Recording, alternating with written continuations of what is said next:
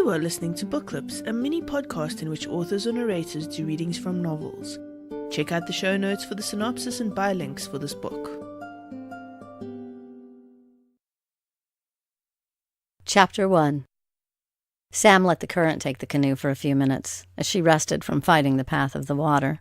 She had been slipping up this particular section of the river for a couple of days. Jock looked over his shoulder at her suspiciously, wondering why she had stopped paddling. Then he looked around, wondering if she saw something he didn't. It didn't happen often, but he trusted her as she trusted him. And he was willing to go anywhere she went anyway.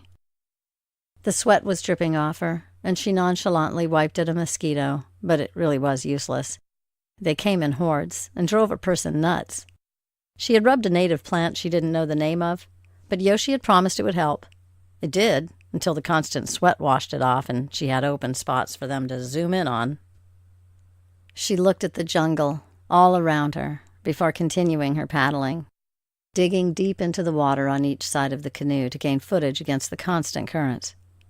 She saw nothing beyond the luxuriant foliage, the rich greens, the dark browns and blacks. Occasionally, a monkey or other primate could be seen, but mostly she saw birds of every species she could imagine on the Southeast Asian island. It constantly surprised her that birds she thought exclusive to one part of the world could occasionally be seen here. She wondered if they were cousins of birds that were exclusive to other parts, but she wasn't a bird person, didn't know their names or species. She could spot the parrots and other exotic birds that brought high prices back in the States. She even had one or two that had come to her hut and let her feed them, until she ran out of food for not only herself and her dog, but scraps for them. They looked at her accusingly when she had nothing to offer them. She felt guilty for providing something for them, getting them to depend on her, but not having something when she ran out. It was one of the many reasons that this trip was important. She needed food, she needed tools, and she was getting desperate. Craig Ferguson had asked, "You know anything about mapping?" She looked up from the beer she was nursing. She allowed herself one a week to make her meager moneys go further. She nodded, but didn't answer. He whipped out a map and pointed to a section on it that was essentially blank. "I need to know what's in this section, from the river up to the edge of Big Ol' Sol."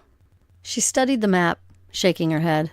Even with modern technology, she was amazed with how little they knew of certain parts of the world, and how it still required good old-fashioned footwork. She got excited, though, when she realized the river section that he was pointing out, and glanced up to see he knew she wanted to go there. "Well," she drawled out in her southern Louisiana accent, "I could find you a section or two that way." He grinned, knowing that she would be hooked with the offer. He pulled out his wallet and handed her a few bills. "You've got 2 weeks, and you'll get double this when you get back. More if you do a real good job." She grinned. He knew, and she knew. She would do a good job. The money meant enough for her to buy supplies. She'd been down to almost nothing. She didn't waste time either. She finished her beer, shook his hand, and said, "See you in 2 weeks," taking the map with her. Although it was afternoon, she headed over to the village and entered the store, put in a few supplies, ordering more than she could carry right now and asking the rest to be delivered to her shack. She left, carrying a load that would put the average man to shame. But on her shoulders, she carried it effortlessly. Years of being independent and self-sufficient had rendered her strong in mind as well as body. She broke open the packs and repacked the supplies she had purchased when there was a knock on her door, and she opened to see the young man of 14 smiling up at her cheerfully with a wheelbarrow behind him filled with the rest of her supplies. "Yoshi," she said, delighted, knowing he could use the work the store sent his way. Deliveries didn't pay much, but every little bit of money helped in this poor area of the world.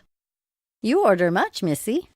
He grinned, bringing in bags of supplies, including rice, peas, and other staples. "Yeah, I got a job for a few weeks." "You have work for Yoshi?" he asked, hopefully. She hesitated for a moment to tease him. "I think I could find something for someone of, say, about your size and age." She grinned. He returned the grin. He had known if she had a job, he'd be the first to get it. He had befriended her from the first time she had landed on the island, keeping her from falling for stupid gimmicks and con jobs that some of the villagers would pull on white folks and tourists. She even owed him for hooking her up with the shack that she lived in. It wasn't much, but it provided a roof over her head for her and her dog, a mongrel she had adopted who had been beaten in the village until she rescued it. She had found out later it was the sweetest thing, and loyal without question. It had saved her from being bothered a few times when drunken men had come calling, thinking a single woman alone would welcome their attentions. The dog, and a loaded semi-automatic Glock, kept them at bay and at a respectful distance. The shack was only 4 walls, barely held together, but it kept the rains out, and it gave her a place to sleep. She and the dog kept it safe. These shacks went up all over, free rent if you built it yourself on the beach, and no one minded. Hers was lonely on this section of beach, but it afforded her a view that she couldn't complain about, and she liked being alone, to a degree. Chapter 2. Sam hadn't realized that coming to Southeast Asia would teach her a level of poverty that even put parts of southern Louisiana to shame. Most of the natives, though, had no idea how poor they were, so it wasn't like they noticed. Coming from a moderately middle-class family, she had first been shocked, and then found herself adapting rapidly. Living like this would have shocked anyone who had known Samantha Grayson back in the States, but she had come with a purpose, and in the years she had lived there, she had learned a lot. And if she had the money she had come with, she would have gone inland and achieved her goals. Having her place ransacked had taught her to be on alert at all times. Fortunately, she still had her Glock, an enviable gun at all times, but especially so on these islands. She also had the canoe she had ordered from the States. She still laughed at the airmail pilot who had to bring it when she ordered it. He had been really put out getting it into his plane. And she was just glad she hadn't ordered the larger one she had originally wanted. It would have taken months longer, possibly years, to get it shipped. The canoe was only 6 feet long, kind of a modified kayak in style, but aluminum and buoyant beyond anything she had seen around here, mostly homemade. It would make the trip she would do for Ferguson easy, and with the supplies, the dog, and Yoshi, not too heavy. That would be handy if she had to portage anywhere. She packed the canoe carefully, having broken everything down into smaller packets, using sealed bags for the food so nothing would spill out and nothing else crawl in. She packed a rifle on the special bracket she had installed under the edge of the lip of the canoe. Even if they rolled, she wouldn't lose it. By the next day, she and Yoshi pushed it down to the edge of the water in front of the beach of her shack. It cut a deep groove in the sand from the weight of their supplies, but it floated beautifully in the water as they packed the last few things. Sam was wearing camp pants with pockets all over, filled with necessities, like a Swiss Army knife that many villagers would have traded a year's income for, which wasn't saying much around here. She carried extra packets of bullets and other various supplies on her person by a leather belt that assured it wouldn't slip off her slender hips, and held up the nylon holster over her shoulder to hold her Glock and a couple of loaders. Her wife-beater shirt was covered by another cotton shirt opened all the way down. Socks peeked out of her rugged hiking boots, and she changed into a type of moccasin once they were on their way, tying the boots tight to her packs.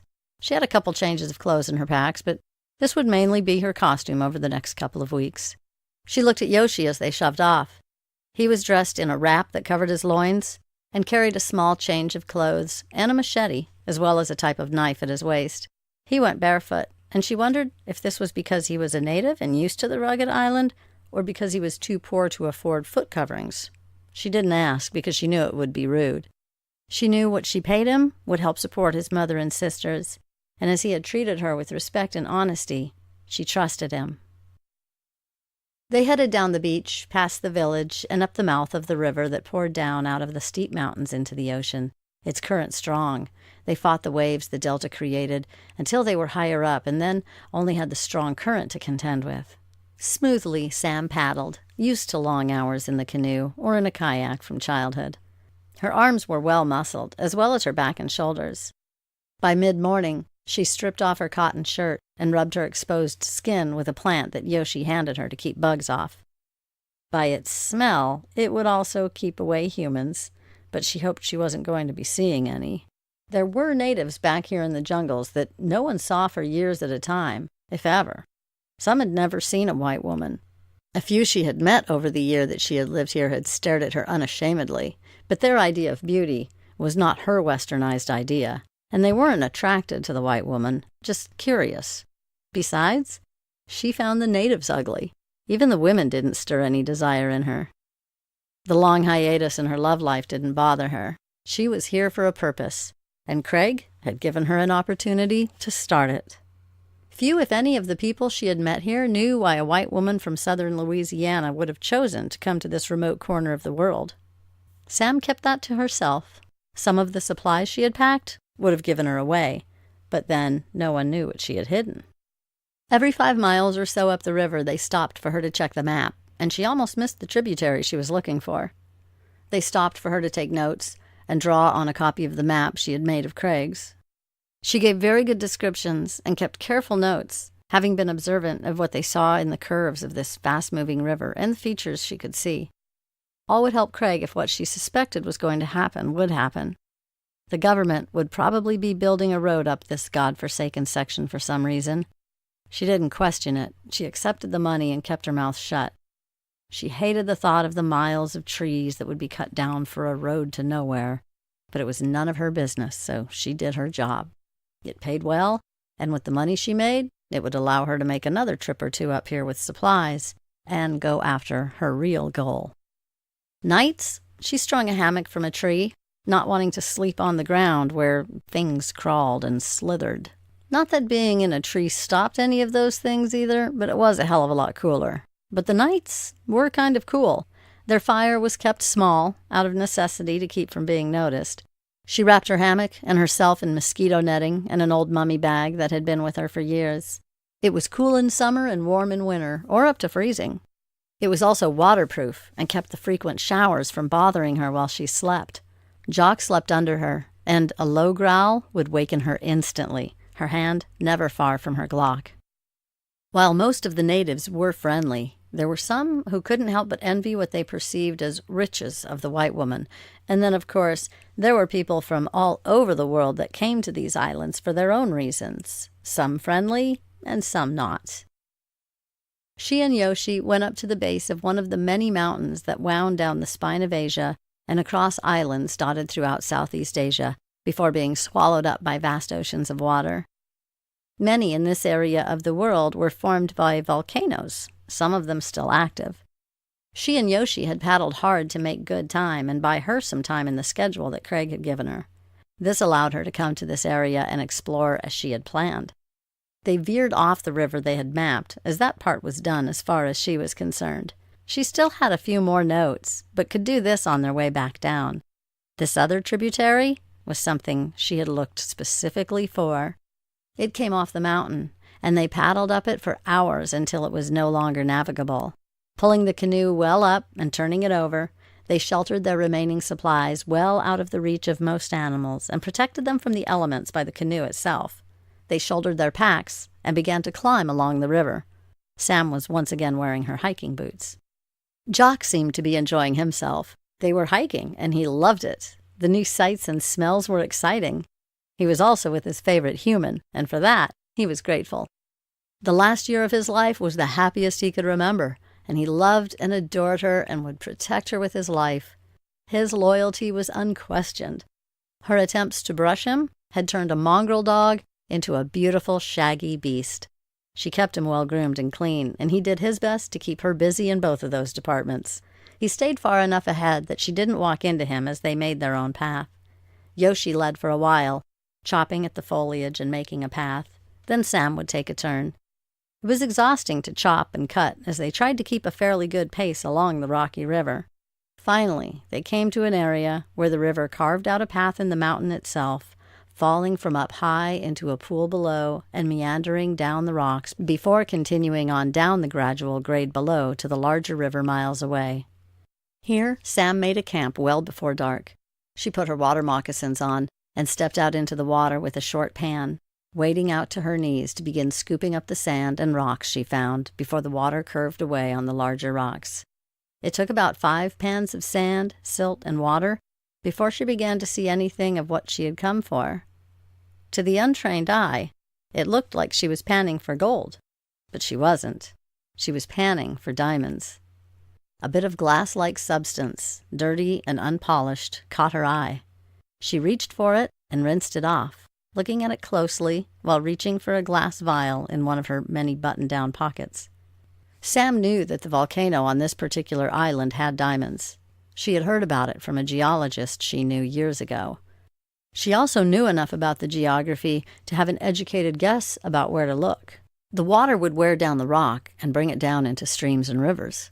She had looked for a place where sand and silt would have trouble going beyond a certain point and would build up, trapping the diamonds. Or so she thought and theorized. People could be rich from just one or two of these diamonds from the islands, but getting here was arduous and dangerous. Sam had come up another river once before in the year that she had been here and nearly died from bug bites, hostile natives, and her own stupidity.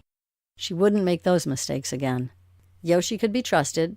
This area was very remote, and she had learned a lot. She was a lot more patient, too, now. She had 3 days before she had to head back to the canoe and use the current to take her back down.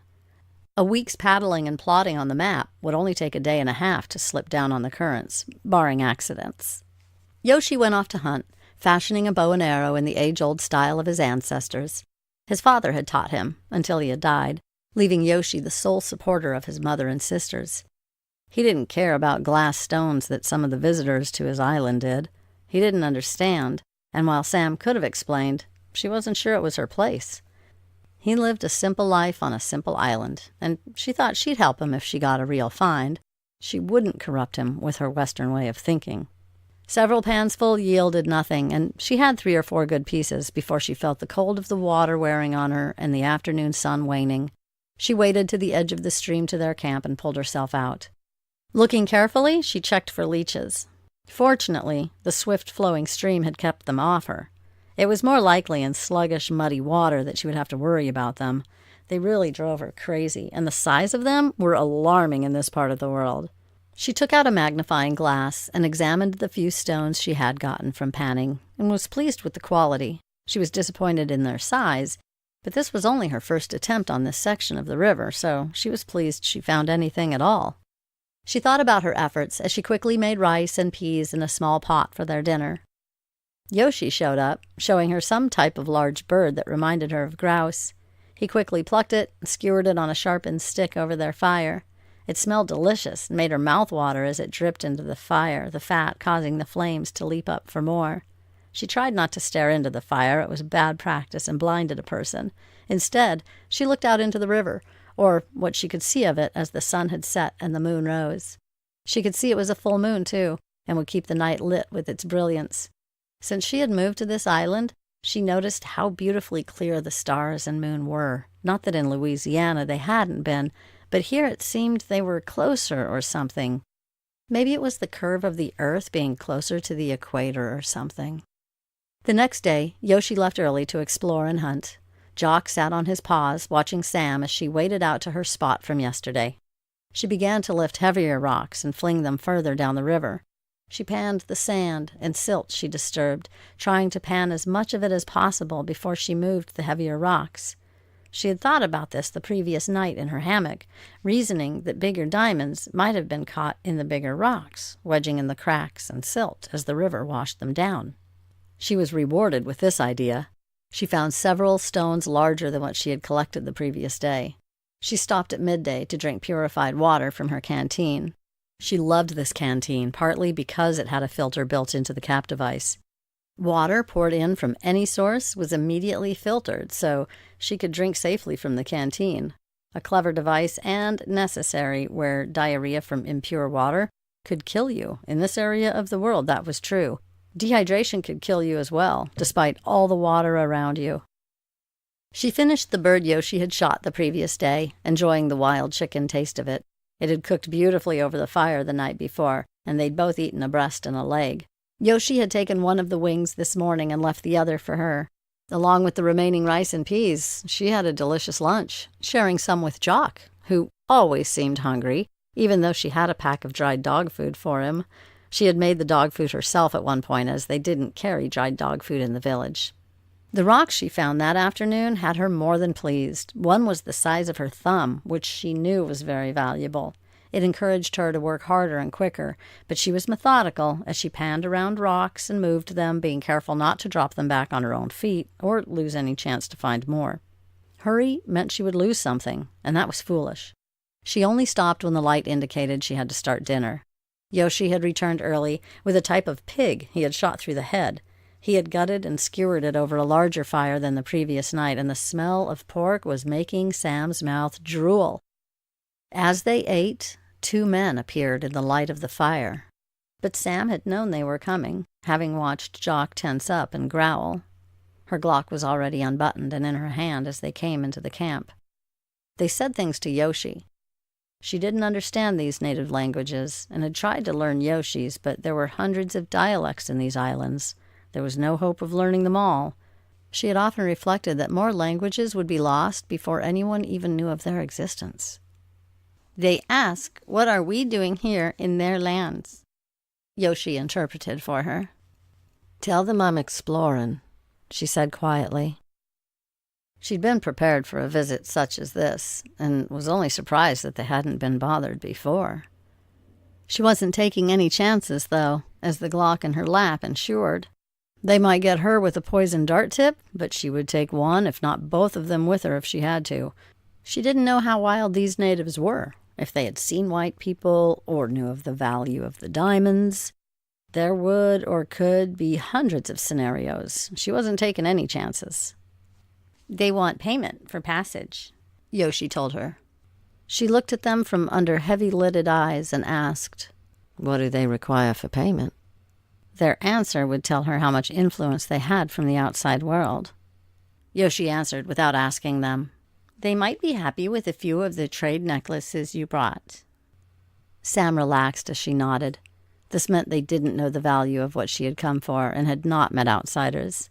These necklaces were shiny and not seen this far inland. They would look nice for a while and would be valued accordingly. Sam wasn't cheating them by giving them several of these. Yes, they were inexpensive to her, but to them, they were rare. She reached in her pack with her free hand, didn't take her eyes off the natives, watching them out of the corner of her eye as she opened one of the flaps and drew out a covered baggie. They couldn't see what it was, and she bowed slightly to indicate the gift of the necklaces. One of them opened it and exclaimed over the shiny beads that shone in the firelight. They divided up the few necklaces and looked around the campsite. To Sam, it looked like speculation, but she couldn't be sure because she didn't know these natives. Yoshi spoke with them a few minutes, and they nodded, then left. He waited nearly 5 minutes before speaking again. Sam watched Yoshi and Jock and only relaxed when Yoshi said, "They have gone." "What was that all about?" Sam asked, to be sure. She had her own ideas, but she knew Yoshi understood a whole lot more. "You know, supplies you have here, very valuable to someone who has nothing like," he mentioned, looking at her earnestly. "Should we leave?" she asked immediately. He nodded once, but answered, "First morning?" Meaning they would leave first thing in the morning. This disappointed her. She had hoped to pan until noon before they left, but being discovered had necessitated them leaving early. It cast a pall over the evening for her, but sooner safe than sorry. They might decide to come back tonight, so she would sleep with the Glock safety on, but in her hand tonight. They might take the necklaces back to their village and be the big traders, but decide to come back for more to see how much more she would give up for just being found in their land. Sam wouldn't take a chance. First light found them packing up and eating cold pork before feeding the rest to Jock and heading out. Sam would have to be happy with the few diamonds she had collected. They made their way back to the canoe, taking less time than coming up the mountain. They were in the water and well into the current in no time. The supplies they had eaten and used made the canoe marginally lighter, and they sped rapidly down the rushing water. Yoshi had been mostly quiet, a quality that Sam appreciated as she was lost in her own thoughts and ideas. He turned as another tributary came into the main river. "You look up there for clear rocks." He indicated with his chin to the stream coming in on the opposite side of the river from where they had been. Sam made a split-second decision. They had a day to kill, and it might be worth a look. She put the paddle still in the water, and the canoe swung for that far shore toward the tributary. In no time, they were paddling against its sluggish current towards who knew where. After a couple of hours, Yoshi indicated rocks with his paddle, and they pulled away from them. Soon the sluggishness of this river made the canoe bottom out on sandbanks. Sam looked at the sandbars and made a decision when they came to another set of rocks. They could portage around them or camp here this evening. It would give her a few hours to pan beside it. They made a small camp on the shore, not nearly as nice as their previous one, but adequate. Most of their supplies were still tied in the canoe. "I hunt," Yoshi said unnecessarily as he made his way away. Sam made a nice hot little fire and started the peas and rice cooking. She pulled out a can of peaches tonight for a treat. No point in saving these before she headed out into this section to see what she could find. She wasn't hopeful. Geologically, this wasn't a good spot. It wasn't as close up the volcanic mountain as she had hoped, and didn't have the added benefit of a waterfall, but she had to try. The first pan had a lot of black silt that obscured the water. It took quite a bit of swirling to clear this out before the larger rocks were revealed. Sam's heart clutched. The first full pan had not one, but 2 diamonds, the size of her fingernail. She fished these out and nearly missed a couple of smaller stones. She was astonished at her find. The first 2 didn't even fit in the vial she had used before. Thinking quickly, she simply put them in a button-down pocket on her shorts. She would find something later to hold these larger stones. She was disappointed when her second, third, and fourth pans yielded nothing, not even small stones, although the small ones could be quite valuable for jewelry. Her fifth pan gave her the largest stone yet. She was slipping it into her button-down pocket, buttoning it closed each time, when she saw Jock get up and look where Yoshi had disappeared. She tensed and watched him. He wasn't wagging his tail, and seemed to cock his head oddly. Something about his stance had her walking out of the stream. She pulled herself on shore and saw she had several leeches on her legs. She shivered in disgust and reached for some salt they used on their food, sprinkling it on the leeches, causing them to curl back and fall off her legs. She flicked them into the fire. As she was checking herself one more time, getting into an awkward position to look behind her legs, Jock began to growl.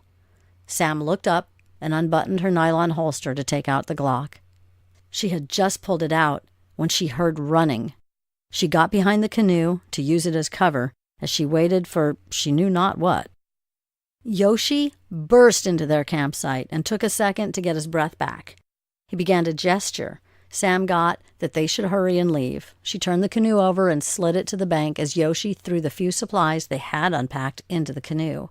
Kicking dirt onto the fire, he got into the front, Sam in the back, and Jock jumped into his space in between Sam's legs as she pushed off.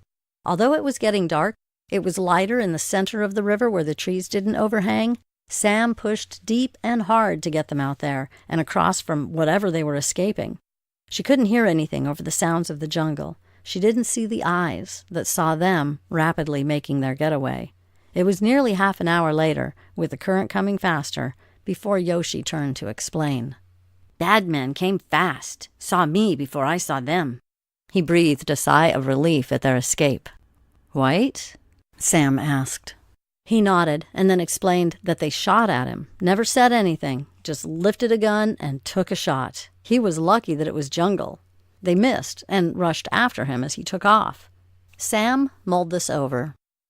There were a lot of unscrupulous white and native people throughout these islands. Some had legitimate business and protected it. Some were here purely for profit and would kill for it. She didn't know what they were looking for, but no stones were worth her life. You have been listening to Book Clips. Check out the show notes for the synopsis and buy links for this book. If you are interested in showcasing your novel, then check out the show notes for more information.